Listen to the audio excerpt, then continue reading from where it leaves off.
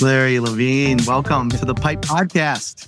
What is going on? I've been looking forward to this. I was totally getting into your intro, and then I heard you drop Heart of Hearts, and I go, "You're my kind of guy." I love it. Got Larry Levine on today for the Pipe Podcast. Of course, we're talking about sales process, sales initiatives, sales prospecting, and experiences. Thanks, Larry, for being on today. Hey, let's jump into it. For those that need to get to know you better, how about just giving us some highlights of Larry? What part of the world have you been running, Larry? Sometimes I feel like it's all over the place, but I spent, this journey has just been one heck of a roller coaster, Crispin. Spent almost 30 years selling copiers, all in Los Angeles. Dog eat dog, highly competitive, highly commoditized sales channel. And I've always said that we all have these aha moments.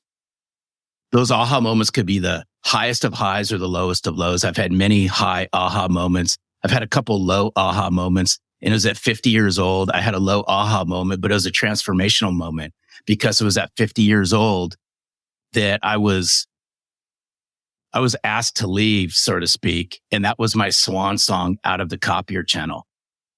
And I'm a big believer that things happen for a reason. And it was, I look back on it now, it was a difficult period, but if things didn't happen 8 years ago, selling from the heart doesn't happen. Mm-hmm. That's right. It's made me who I am over this last 8 years, but I've enjoyed a great career in sales. I love everything about sales, but now I'm on a mission to bring authenticity, integrity, and trust back into the sales profession because it's sorely needed.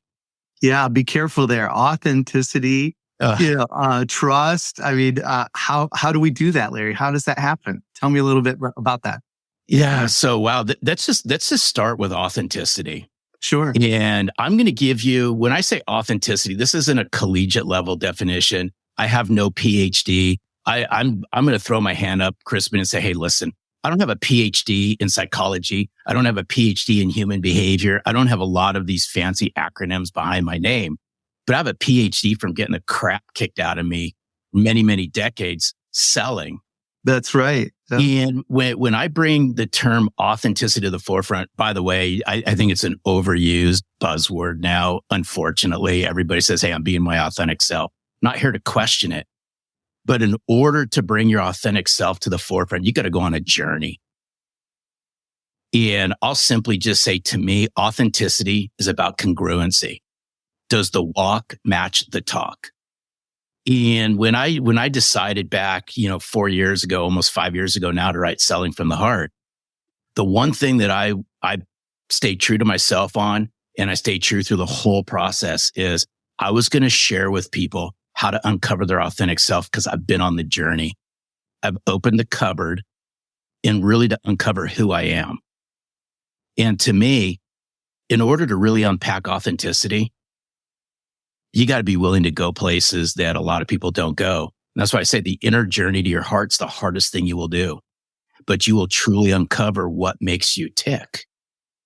And I hear this a lot of times, and I'm going to set this up by saying, I'm not here to cast dark shadows, be disrespectful, or question anyone's thoughts, because we're all entitled to our own thoughts. But when somebody says, hey, I'm just being my authentic self, the first thing that always just floats through my head, because that's just who I am, is have you gone on that journey to really uncover who you are? And it's a tough journey. But I will tell you this, you will come out so much stronger. You're going to learn things about yourself you haven't learned before. But I write about it in Selling from the Heart. To me, authenticity is a lifestyle. It's not a light switch.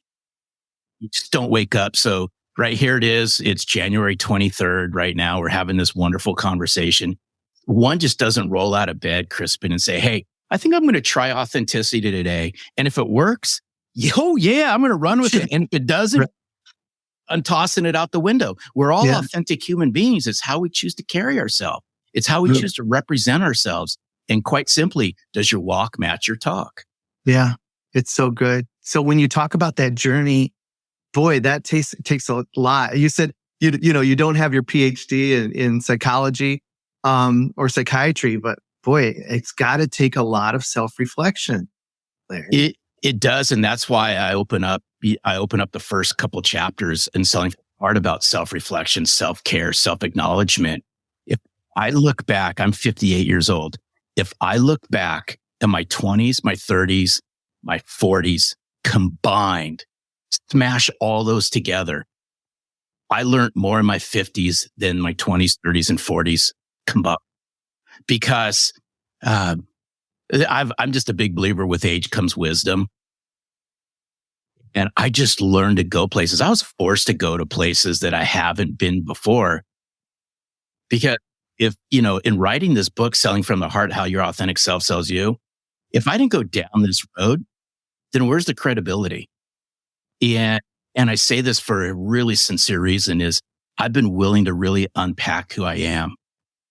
That just means spiritually, emotionally, financially, relationally, how I carry myself in the marketplace. I've sought out coaches. I've sought out life coaches. I've sought out friends.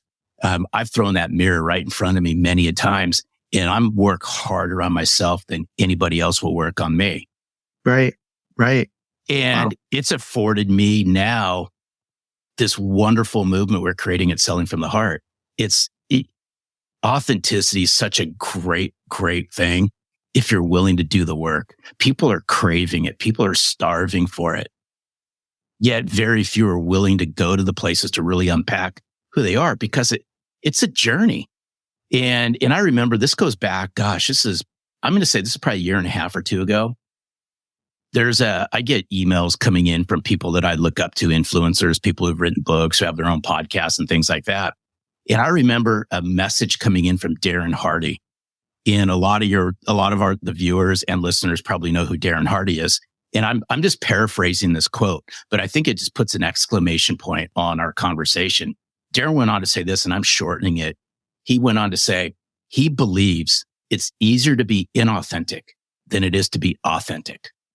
It's easier to fit in than it is to stand out. Let's think about that for a moment. Jeez. Amazing. That's amazing. And so, when you look at what's happened and the transformation that you've had to personally go through, to share that with others that are going to either read or buy or engage in some way with Selling from the Heart and really delve into that. Take me back to one of the situations that you handled it in this way, and if you were going to be your authentic self, it would be different. That situation would have been different. Is there something that just comes to mind? When you say, Chris, when you say that situation, let's just peel that back just so sure. I can answer it correctly. When you say that situation, where are you going with this? So maybe a sales event, maybe a time that you're with a prospective client, maybe a time that you were with, someone just giving them advice.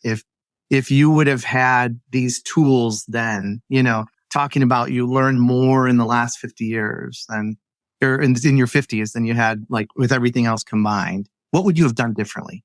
I think what would I have done? Great question. What would I have done differently is I would have sought out life coaches and business coaches a whole lot earlier in my career than later in my career. And when I was in my 20s and my 30s, I always said I was my best and worst sales manager. I held myself to higher degrees of accountability than anybody else. I was harder on myself than anybody else. It's how I was raised. And I was raised in environments that were dysfunctional sales teams. I'm going to peel this. I'm going to just bring this all back to your original question. Yeah, sure. But I was raised on dysfunctional sales teams, dysfunctional managers. And I just said, hey, listen, right? I'm responsible for my outcomes. Not my company, not my manager, me. I'm responsible for my outcomes. And I want people to really key in on this because a lot of times we'll point fingers and we'll come up with all kinds of excuses why we couldn't do things or achieve things, when in all actuality, it's up to us. So I learned a long time ago that I'm the CEO of my own company. I'm out there in the marketplace. I'm the CEO of my own company. Yeah, the place that I work with has afforded me, right, the office space and the things like that and their brand and their wares to market. But I'm running my own business. So if I'm running my own business, I have to carry myself in a certain way. I have to act in a certain way. I have to bring on new clients in a certain way. I have to grow my clients in a certain way. And I share all this for one simple reason. I'm going to give a special shout out to a near and dear friend of mine, Todd Capone. And Todd Capone wrote The Transparency Sale. Now he has a book, The Transparent Leader. And what's really interesting is he's turned me on to sales history. And if we go back in time, there's a guy by the name of Arthur Dunn. And in 1919, Arthur Dunn went on to say this: if the truth won't sell it, then don't sell it. Okay. And in the environment that I came out of, I've seen so many manipulative sales tactics along the way. And I said, listen, and I'm a big believer that your reputation arrives before you do. Special shout out to my dear friend, Mark Hunter, with that. But I knew a long time ago that perception's reality. How people perceive you is their reality. So in my interactions, if the truth won't sell it, then don't sell it. That's how I carried myself. I would much rather walk away from a difficult situation, walk away from a sale, than to push a sale over the goal line. Now, some people may be going, Larry, man, wow. I said, yeah, right. It's an oh, wow moment, but pipeline never lies. The reason why I was able to carry myself this way and interact the way I did is I always made sure a couple things happen. My relationship funnel was full and my sales funnel was full. I'll repeat that. I just held myself to these standards. I had to have a full relationship funnel and I had to have a full sales funnel. So when I was in a situation where I had to disengage because in my heart of hearts, I knew it was the wrong client to bring on, I was okay to say, you know what? I'm not the right fit. Yeah. Yeah. It's amazing. And quite often, how many salespeople can just honestly look somebody dead in the eye and say, you know what, Crispin, it's been a real treat and get to know you. I've enjoyed getting to know you. However, you know what? This may not be the right fit. And here's why. Yep. I'm telling you, that's got to be one of the biggest lessons that I've had to learn with Sales Arbiter. And you hit it right on the head, Larry. It's like, because if they're in full transparency, I've been in some selling situations where, and getting, going through a whole discovery with a prospect and trying to understand, how we can help. And at the end of the day, I find out that this is their last ditch effort. They want to spend X amount of dollars with us and with my company and with my team to save their organization. And I've had to say, that puts way too much pressure on me and on you, Yeah. I've had to walk away from those opportunities with literally tears in my eyes because I know where they're at. Like I know how much help they need. Maybe if we could have gotten to them quicker, I don't know, but it's just, if you're looking for me to save your business, you're looking in the wrong place, that's a tough lesson to learn. When they're literally ready, they're ready and they're in so much pain that they're ready to write the check. And I couldn't do that to them. I couldn't do that to them, even to myself. Yeah. This is what's interesting. And I will throw my hand up and say, I've been guilty of it. I have been guilty in my career of bringing on clients that I know I probably shouldn't have. We all have. If we're being truthful with ourselves, we all have.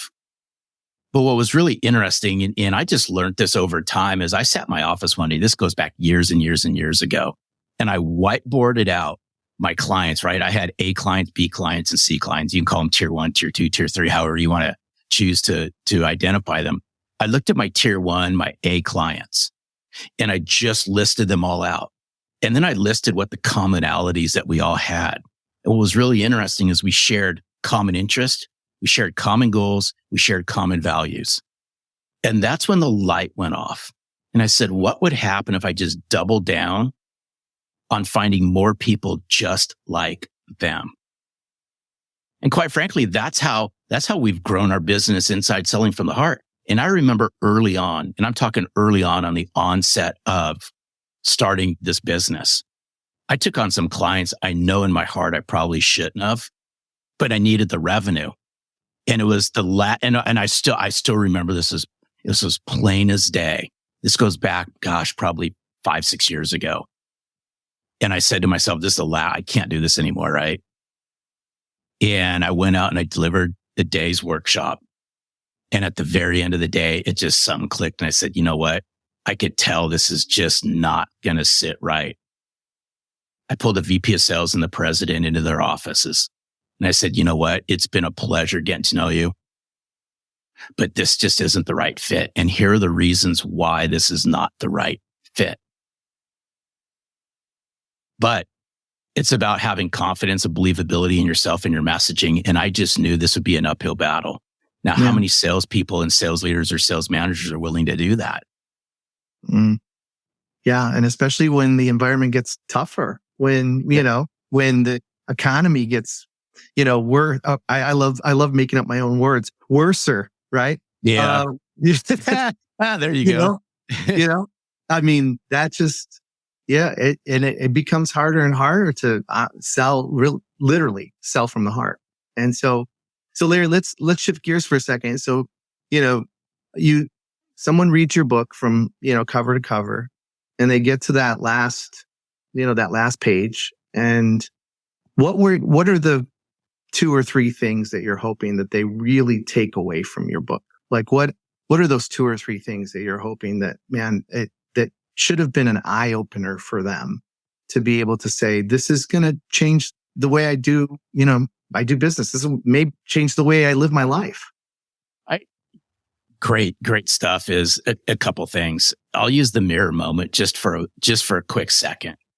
Is I want people, and I knew when I was writing my book, I held myself to this. I wanted to write a book that packed a punch, that got somebody to think. I'm all about thinking. So, the first thing that I wish that would happen, and I believe that will happen at the end of reading Selling from the Heart, is you throw a big mirror up in front of your face. And I'm a big believer that the mirror never lies. Only the person that looks into the mirror lies. And what I'd like everyone to think about is at the end of reading Selling from the Heart, is there 3 things that I can work on to become better? What can I do to become better? How can I carry myself? How can I interact with my clients better? What non-negotiables will I set for myself? And be willing to hold myself to a high degree of standards. Now, some people may just say, hey, in reading Selling from the Heart, this is probably going to be pixie sticks and rose petals, and it's not, right? Right. That's not sure. Sounded like that right now. I will tell you this, but I'm a big believer that I'm all about, iron fist velvet glove. I'm all about being professionally direct, but with a velvet glove. So at the end, I'm going to ask people to put a mirror in front of their face. The second thing I hope that they get from reading Selling from the Heart is they walk away with a clear definition of what it means to be an empty suit. And this isn't meant to cast, again, dark shadows or poke holes in the sales profession that I love. But I came up with the last chapter of my book that I just leave people things to think about. Is if you're not engaging, if you're not educating, and if you're not exciting your clients into conversations and helping them to do better business, somebody else will. They're going to view you as being empty. So 2 things that I really impart upon people as they read Selling from the Heart. As you're reading each chapter, read it with a mirror. And at the end of each chapter, you got to start asking yourself some really tough questions, because there's a self-reflection journal that goes along with the book that takes each chapter even deeper. But then at the end's probably my favorite chapter on how not to be an empty suit. And it's just to get people to think. And again, if you're not educating, if you're not engaging, if you're not exciting people into conversations, and quite frankly, I use the term often at Selling from the Heart, if you just don't give a rip, which we can insert all the other words that y'all want to use, but we'll keep this G, is if you just don't give a rip, somebody else will. And that's what I want people to take away from reading Selling from the Heart, that give yourself the grace to do the things that in your heart is right, but it goes against the grain of so many in sales because we've lost that. I always said, in sales, there's so much bravado, braggadocious, bro behavior in sales. Your clients and your future clients, they smell it. They're keenly aware of all these manipulative sales tactics that have been just thrown out there year over year. And I will tell you this, at the end of the book, I want you all to think about, right? We all know there's 5 senses. We've all been educated in school on the 5 senses. Well, there's a 6th sense. I can't scientifically prove it, but there's a 6th sense. And that 6th sense is bullcrap. And people are keenly aware of bullcrap. So when you get done reading the book, I want you to think about all the bullcrap that's out there. And then ask yourself, will I hold myself to higher degrees of standards than anybody else? Will I bring my true, authentic self to the forefront? Will I build deep, meaningful relationships with my clients? Will I make it non-negotiable to prospect? Will I make it non-negotiable to work harder on myself than anybody else does? Will I treat my business as I'm the CEO of my business? That's what I hope people get as they read and as they finish reading Selling from the Heart. Oh my gosh, Larry, golden nuggets. I'm telling you, those are all golden. That's great. So help me with this, Larry. What do you think when you're talking with other and just engaging with other companies out there? What are the 3 things that they need to really focus on, as it pertains to their, the organization, if they want to grow, if they want to grow their business this year? What are a few things that they really need to focus on? And I'm glad you said 3, because I believe that we can only remember things in 3s. I do too. I only do 3. It's all good, right? So here, these are my 3 things. And I'm a basic guy. I will double down on the basics. I always have doubled down on the basics, because if you can't do the basic things right, you can't do the hard things right. And if you can't do the little things right, you can never do bigger things right. So these will be 3 things. I'm going to throw these out. There's no particular order, but I believe if sales leaders, sales managers, salespeople this year in 2023, if they do these 3 things, I firmly believe you can monumentally grow your business. You ready for the first one? First one is create inseparable bonds with your clients. So what do I mean by that? You have to build Fort Knox around your client base. And you have to go high, wide, and deep in building this fortress around your client base. And I will tell you this, that it doesn't matter sales channel, doesn't matter where in the world this occurs. The one thing I do know, sales people out there have very shallow relationships and very shallow connections with their clients. Now, some of you are going to go, Larry, man, I just can't buy into what you're cooking. But I do know this because I've seen it. I will ask salespeople, share with me your top client. Think of your top client right now, because this really drives into point number 1. Describe that top client. What's that top client look like? If that top client went somewhere else, how would you feel? And, I asked them to step into that. Now, here's the thing here's the next question. How many people in that account do you know? And how many people know you? How many people in executive decision-making capabilities? How many in influential capabilities? How many key users? How many people in your best account do you know? And what really concerns me is how low it is. How few people, salespeople, are truly connected to. They truly understand their initiatives, their goals, their dreams, their aspirations, where they see their business. Yet it's their best account. Help me understand that. I just don't, you're right. I just don't get it. So here's one. If you want to grow your business, snuggle up to your customers. Find out, right? High, wide, and deep. Executive decision-making capabilities, mid-level managers, lower-level managers, key users, secretaries, admin people. There is a plethora of information. I just came back from doing a workshop on this last week at a sales kickoff. And we did the same exact exercise. I sat with a room full of salespeople. I said, walk me through your accounts right now. How many people, just by title, how many people would you come in contact with? Just start rattling them off. And I just, on a flip chart, just started writing them down. We got the 14, 15, 16 people. And I said, okay, y'all get where I'm going with this? Yet how many of you are connected to these people? Truly connected to these people? So that would be one. Here's the second one, is then I would look inside your client base to drive new business. I'm all about growing business, but not at the sake of losing your clients. I believe that you can grow new business right through your account base. It goes back to point number one, build a fortress. How many people do you know? Find new connections in your current accounts. Start new conversations, build new relationships. Go to departments that you haven't been to before. I do know this, the term cross-sell. You can cross-sell your wares through your client base. You can monumentally grow your business right through your client base. And my favorite term I love using with sales leaders and salespeople and sales managers is, are you at full potential? Are you at full potential with your top clients? In other words, everything that you possibly have to sell, where's that sit right now inside your top clients? And usually there's silence for a little bit until they just finally say, I get where you're going with this. And then point number 3 would be just leverage social tools. And what I mean by this is you have your current clients. So a sales team's going to understand their current clients, right? From my top tiered clients all the way down to, right, those tier 3 clients.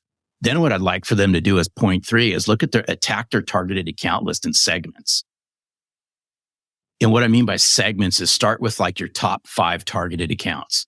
And then when I say leverage social tools, really simple, very, very simple, yet so difficult to consistently do, is take your top 5 targets, follow them on social, go to their website, find out what social tools that company communicates on, whether that be Facebook, whether that be Instagram, whether that be LinkedIn, and start listening to what they're saying and simply insert your voice into their conversations. And it's just, I'm a massive believer listening's the new prospecting. Salespeople struggle to listen to their own clients, let alone listen to their targeted accounts.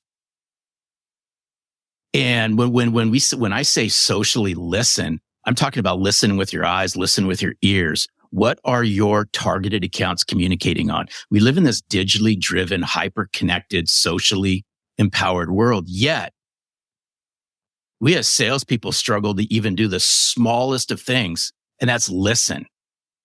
You will absolutely be amazed what your targeted accounts are speaking about, posting about, and engaging about on social. It's the things that are important to them and top of mind to them right now. Every single one of your targeted accounts, vast majority are on some kind of social platform and people inside of them. Just simply build a fortress around your current clients. Learn more about your current clients. Drive and engage new business inside your client base. Connect high, wide, and deep. And listen. Listen to what your targeted accounts are communicating on. You can just do those 3 things. You're light years ahead of where most salespeople are at, and watch what starts to happen. Right. I mean, it just reminds me so much of and one of my very, close mentors, kind of gave me this phraseology, so I can't take credit for it. But, he said, when you're engaging with a prospect and you're talking with a potential prospect, he's like, don't feel so compelled to have to tell your own story. Like, listen with the intent of listening. Do not listen with the intent to reply. Yep. Yeah. And if you really like that is just one thing that and I call it the junior sales rep. The junior sales rep is out there talking about their value proposition and talking about, what we can do for you, Larry. And let me tell you all about the company and everything that we can do. Right. And that's just not it. And you said it, best. You said, they can smell it. They can smell the bull crap. I mean, they can smell it. And And if you're not really listening with the intent of listening and you're just listening with the intent to reply, then you're not doing it right. Yeah, it's interesting because you have to have patience in order to listen. And I'm going to throw this word out there. And again, people are just going to freak out when they hear it, but that's okay. They'll get over it. I'm a big believer that salespeople are conversationally incompetent. A vast majority of salespeople are conversationally incompetent. We don't practice it. We don't plan for it. We don't prepare for it. We are so driven by sales-centric conversations. Yep. That's but right. We struggle in business conversations. We struggle in human. Isn't it interesting, Crispin? We're all humans, but we've dehumanized interacting with people. No, because I agree. Because we make it about our own agenda, not theirs. And quite frankly, nothing happens in sales unless you can open a conversation with somebody. How competent are you in opening conversation? And that conversation may not be about your company, may not be about your products, it may not be about yourself and all your sales accolades. It might be something about their industry. It might be something about something they posted. It might be something about something you read in an industry-related art magazine that pertains to their industry. We have just forgotten the art behind conversation with people. We just want to get down to how fast can I sell something to somebody and move on to the next sale. We have this short-term vision because we look at things, right? And oh boy, I can't believe I'm going to say this, but I'm going to say it anyway. Is we look at things in short windows, right? What am I going to sell this month? I totally get it. I totally understand it. But short-sighted viewpoints on sales stunts long-term sales sustainability. When we look at things in short 30-day windows in quarter cycles, there's so much pressure on sales. And now we know why the state of mental health in sales is where it's at. There's so much pressure to perform, but yet, and I write about it in Selling from the Heart, many in sales, and for that matter in sales management, are consistently inconsistent. The reason why there's so much pressure on 30-day numbers is we're consistently inconsistent with prospecting. We're consistently inconsistent with how we take care of our clients. We're consistently inconsistent in how we build relationships. You starting to get where I'm going with this?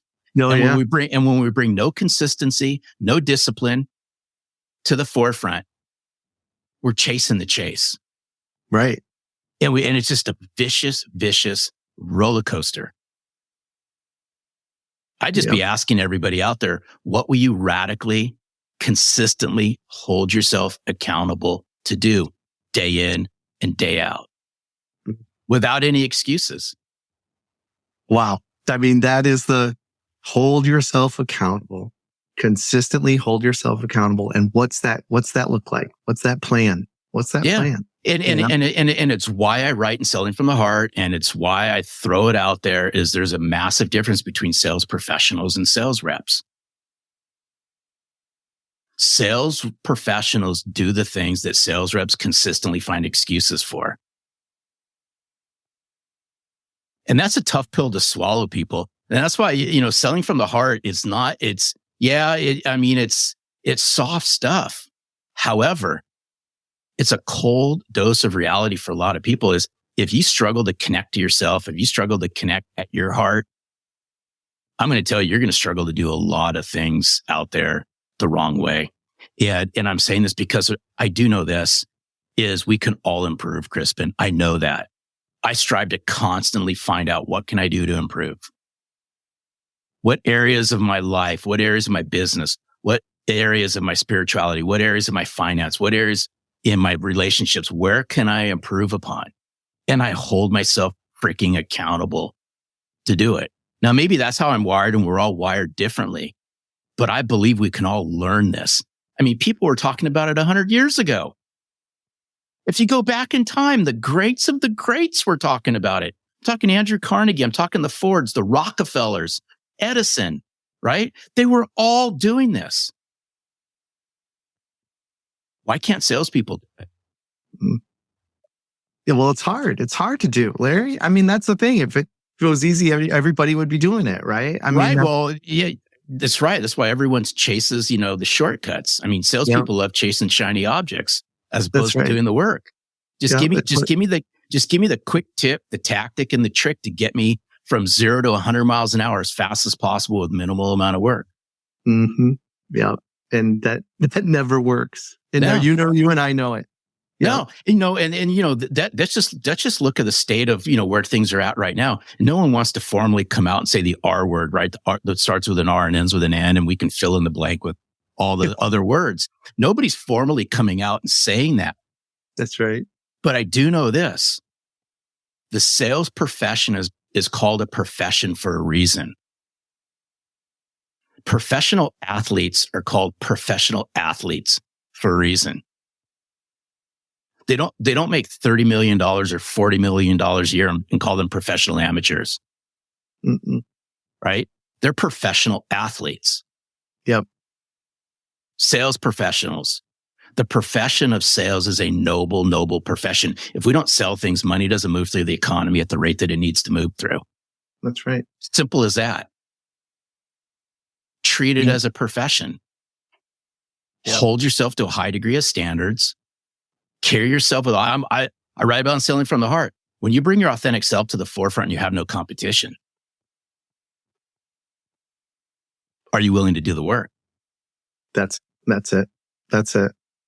The work ethic that it takes to get there.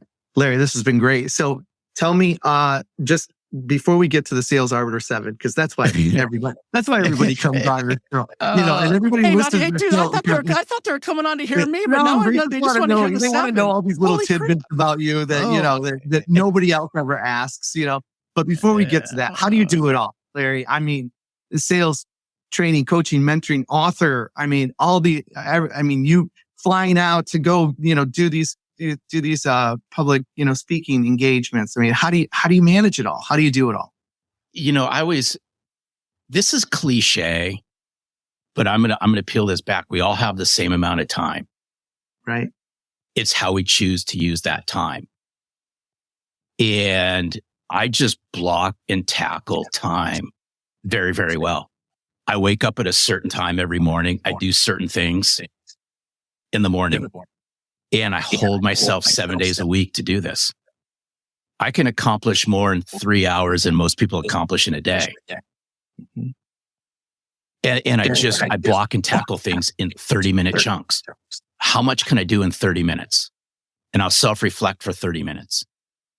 And then I'll read for 30 minutes. How much can I read in 30 minutes? And from what I read in 30 minutes, can I just grab little nuggets from that and implement it? Then I'll spend 5 minutes in email. And then I'll spend 20 minutes journaling. Then I'll spend 20 minutes planning. And I do things in chunks of time. And when that time's up, the time's up. I prospect at certain times, 45-minute prospecting chunks. And I've just held myself accountable to do these things. Now, it may not work for everybody. It works for me. All I would say is find what works for you and hold yourself accountable to it. I remember last week when I was out with this at a sales kickoff and I was running some workshops, somebody in the audience said, basically, how do you find all this time? Because I don't have enough time. And I said, right, hold on, time out. Salespeople don't have enough time because you're all out there doing stuff. And that stuff is they can't define what that stuff is, which is just wasted time. Yep. But you will be surprised. This is the disciplined habits part of this. And I just learned to become massively, massively disciplined with my time and how I accomplish things. And just a real quick thing is if you go back in time, I'm a big Napoleon Hill junkie. Sure. And I started going down this Napoleon Hill journey last year. Whether you love the guy or you don't love the guy, it's right, neither here nor there. I just happened to resonate to this guy's message. And I remember I read a book last year. It was called Mental Dynamite. And it was a conversation that Napoleon Hill had with Andrew Carnegie. This is going to play out on why I do the things that I do. And what was really interesting is he had this conversation with Andrew Carnegie. And early on in Mental Dynamite, which was their conversation, this goes back to 1908. So we're talking 115 years ago, they're having this conversation. And he asked Andrew Carnegie what made him so successful. And Crispin, he said two things. the key to my success was self-discipline and constructive habits. This was the wealthiest guy in the world in 1908, says the key to his success was self-discipline and constructive habits. So all the sales leaders, sales managers, and salespeople out there that are chasing tricks, tips, and tactics, y'all can continue to do that. It's just like, right? It's chasing the high. It's like chasing the next fastest roller coaster. Yep. All I'd ask is what would happen if you brought self-discipline and what I refer to as disciplined habits to the forefront? If you became radically consistent with doing the right things right, day in and day out, and you held yourself to non-negotiable standards, I promise you this, you would all stop complaining and you'd start having more fun. You'd be driving more sales and you'd be growing yourself. Yep. Man, that's good. That is great. Thank you. Hey, Brittany has a quick question. Do you have any advice for connecting with prospects who think all salespeople are inauthentic? Oh, great question, Brittany. And so it goes back to, right, perception is reality. Everybody thinks salespeople are inauthentic, right?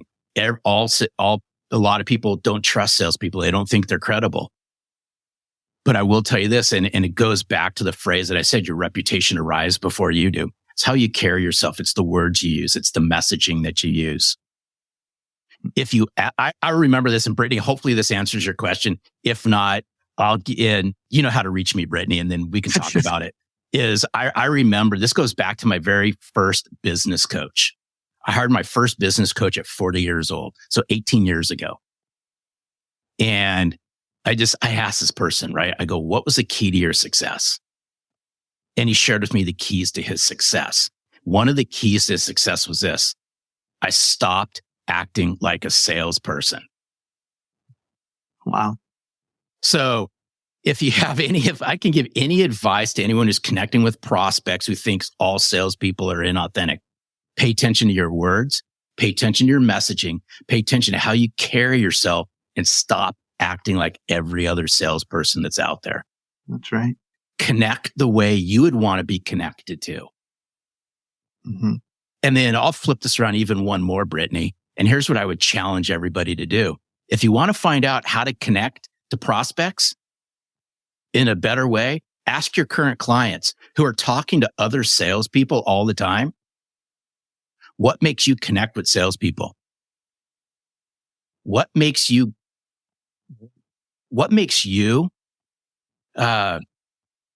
engage with a salesperson? What has to happen? What does that salesperson have to say in order for you to go, I'm finally on to a sales professional, not a sales rep? Go ask your current clients. They will tell you. And then take exactly what your current clients tell you, then go prospecting with it to your target audience. That's great. That's great, Larry. All right, we're jumping into the sales revolution right now. We're going. You ready? You ready? I think so.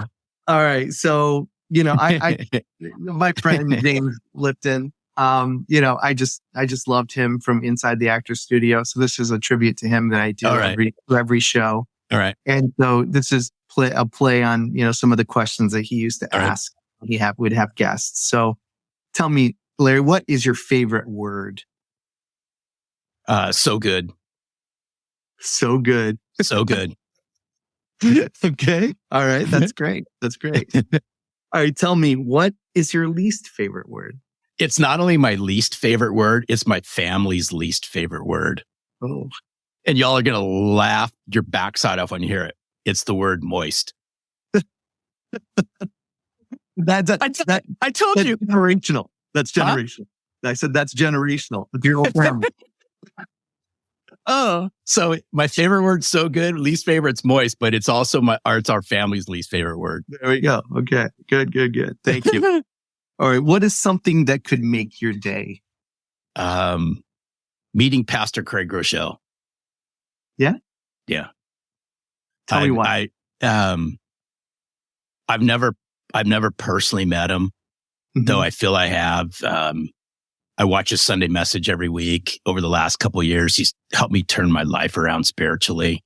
Wow. And one day, it'd make my day if one day I had the opportunity to shake his hand and just say thank you. Wow. That's touching. Thank you, Larry. Thank you for sharing that. So what's something that could ruin your day? And it's something I work on a lot, and that's just negative self-talk. Mm-hmm. Negative self-talk. I have to be cognizant of it because it will ruin my day really fast. Hmm. And I think it's something that, if we're all being honest with ourselves, we all carry with us. Sure. And so you're battling that every day. What's a noise that what noise or sound do you love? First thing in the morning, I love hearing my coffee pot percolate. First thing in the morning. First thing in the morning. It's just hearing it percolate and smelling coffee. First thing in the morning at 3:30 in the morning. That's amazing. That's it. Okay. Yeah. All right. What sound or noise do you hate? The sound of a dentist drill. Yeah. That's a popular one. I'm sure that's a popular one. All right. Last one, Larry. Last one. So what profession other than your own would you like to attempt? I'm a baseball junkie. So it would have to be playing baseball. That's it. It's right. I'm 58. It's not going to happen, but right. I'm just answering the question that, if I could rewind things or just go poof, if I could be a baseball player for one day, I'd freaking love it. I love it. Larry, it has been great having you on today. Thank you so much for taking the time to be on with the podcast, and just so much great information. And I always close out by saying, listen, keep selling and have fun doing it. Get Larry's book, look him up on his website. Make sure that you're selling from the heart. Thanks a lot, Larry. Appreciate it. That was my pleasure. Look forward to the next time. All righty. Bye. Bye.